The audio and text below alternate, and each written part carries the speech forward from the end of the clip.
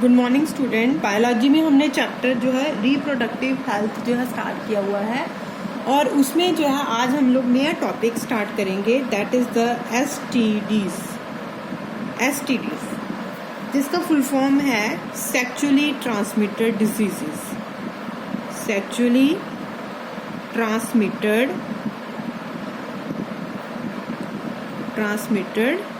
Diseases. अब ये STDs है क्या? अगर हम इनकी डेफिनेशन देखें, those diseases which can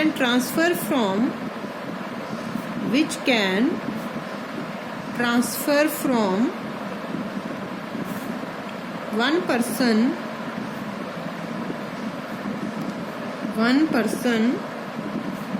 to other person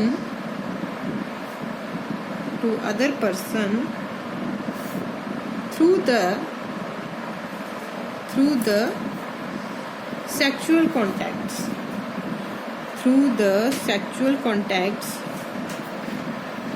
Are called STDs।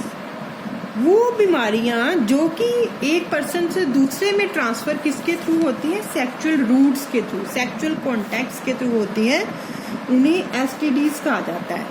And there are number of diseases in human beings that are present in this category. बहुत सारी बीमारियां हैं जो सेक्सुअली कॉन्टैक्ट के जो है थ्रू फैलती हैं, और वो कौन कौन सी हैं? फर्स्ट है जैसे syphilis, gonorrhoea, hepatitis B,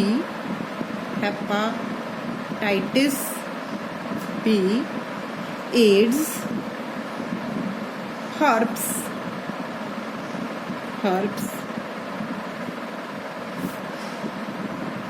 chlamydia, etc. So these diseases can transfer from one person to other through the sexual contact. So we can discuss now one by one. First we can take SPHIL, SYPHIL, SPHIL। Causal organism क्या है? ये जो disease का जो causal organism है जिसके through ये फैलती है, that is Treponema palladium.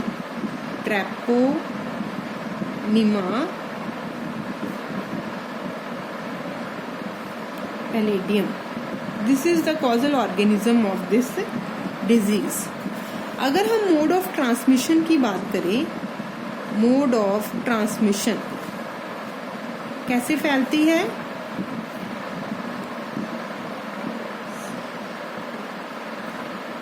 Sexual contact के through, sexual contact. Incubation period क्या है इसका? इस ऑर्गेनिज्म का इंक्यूबेशन पीरियड मीन कब तक ये जो है, जब से एंट्री से लेकर जब तक ये जो है पूरा जर्मिनेट करता है या जितने दिन ये लगाता है फैलने में, 10 to 90 डेज पूरा इस बीमारी के ठीक होने, मतलब कि होने से लेके ठीक होने तक। उसके बाद सिम्टम्स क्या हैं इस बीमारी के? 3 स्टेजेस में जो है अपेयर होते हैं। स्टेज 1 में क्या होता है? In this stage the hard ulcer और what are appeared in the reproductive organ. क्या होता है? हार्ड अल्सर, पस जैसी होती है, पस जैसे दाने दाने से पस वाले दाने वो निकलते हैं। हार्ड अल्सर और what appeared in reproductive organs which produce irritation, जो कि इरिटेशन कॉज करते हैं, खारिश जैसे होती है, एंड इचिंग भी खारिश ही होती है। इरिटेशन मतलब हमें अच्छा नहीं लगता है।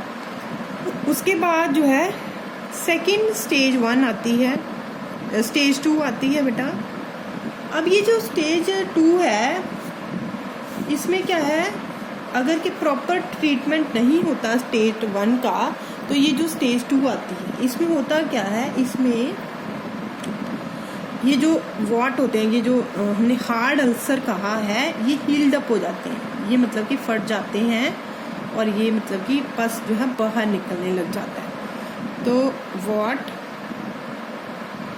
Heeled up, healed up in this stage the bacteria and और वो जो बैक्टीरिया होता है जो इसमें पस में प्रेजेंट होगा, वो क्या कर जाएगा, वो एंटर कर जाएगा कहाँ पे, ब्लड में। Bacteria enter inside the blood and causes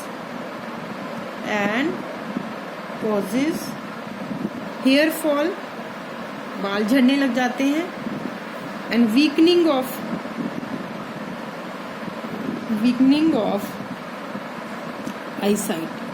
eyesight जो है वो कमजोर हो जाती है। उसके बाद अब थर्ड आएगी stage 3। Stage 3 appear only when the proper treatment do not occur in stage 2, and in this stage the bacteria either enter in the heart और इन द ब्रेन। यहाँ पे क्या होता है, बैक्टीरिया ब्लड से निकलकर कहाँ एंटर कर जाता है, बैक्टीरिया एंटर इन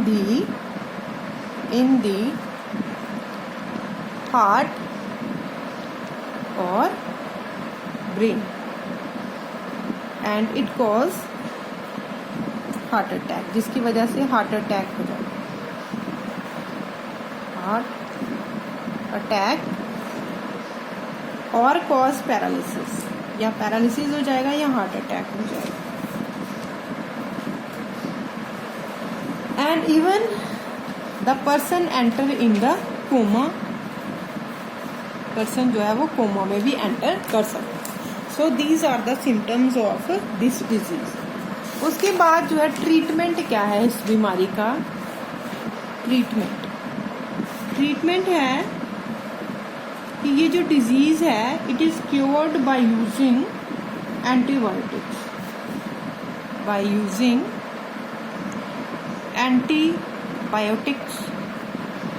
और कौन कौन से एंटीबायोटिक्स, जो मोस्ट इफेक्टिव एंटीबायोटिक्स हैं दैट इज द पेनिसिलिन और टेट्रा।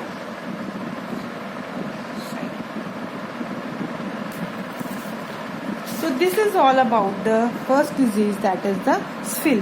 तो ये जो डिजीज है बेटा, इसको आपने डिटेल में जो है अपनी कॉपीज में नोट डाउन कर लेना है, इसके सारे symptoms, mode of transmission, causal organism. Paper में आपको किसी भी तरह से 1 नंबर में भी आ सकता है कि what is the causal organism of the disease syphilis. तो so all of you note down this topic in your copies.